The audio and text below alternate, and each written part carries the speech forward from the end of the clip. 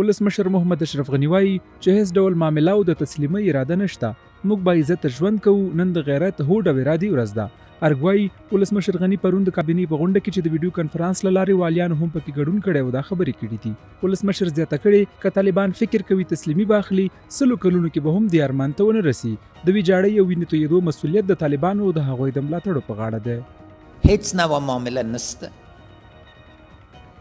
هیڅ نوع د تسلیم کېدو اراده نسته. یا به د عزت ژوند کوئ یا به د ذلت ژوند کوئ. نن د غیرت ورځ ده، د عزم ورځ ده، د ارادې ورځ ده. او که طالبان فکر کوي چې موږ نه تسلیمي اخلي 100 کالو کې.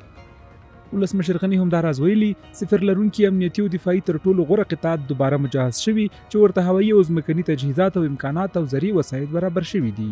اما یقین داشته باشین قوه در حال تجدید است و مخصوصه قوه هوایی قهرمانی های بهت کردن، همچنین قطعات خاص ما، قطعات سفردار ما و مهمترین نقطه چیست؟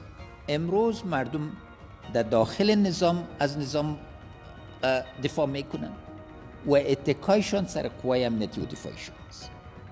از همه حمایت همه تشکر میکنیم. په ورته وخت کې د افغانستان د ملي امنیت صلاحکار هم پرون د یو خبري کنفرانس پر مهال ویل افغان حکومت د سولې نیت لري، خو د وسلوالو طالبانو له بریدونو ښکاري چې دوی د جنگ لاره غوره کړې. تیم ما حاضر است، طالب است که صلح گفتگو نمیکنن. اونا پلان جنگ دارن و توقعی که دنیا از اینا می داشتن، توقعی که مردم افغانستان داشتن، توقعی که حکومت افغانستان داشت، این بودن که اینا با صلح بپیوندن و بیاین که از راه مذاکره مشکل خود حل کنه. ولی اگه اینا از جنگ راه حلش از جنگ میبینن دیگه مردم افغانستان مجبور است از خود دفاع کنه. ولسمشر محمد اشرف غني په داسې حال کې د پوځي آمادګیو خبرې کړي چې د هیواد په بیلابیلو ولایتونو کې سختې جګړې او هوایي بریدونه شوي چې د چارواکو په وینا افغان ځواکونو زیات شمېر ولسوالۍ بیرته نیولې دي.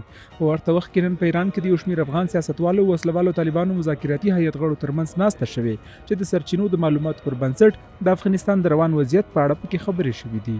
د یادې غونډې د پرانیستي پر مهال د ایران د بهرنیو چارو وزیر محمد جواد ظریف ویلي چې افغانان باید د سولې لپاره سختې پریکړې وکړي.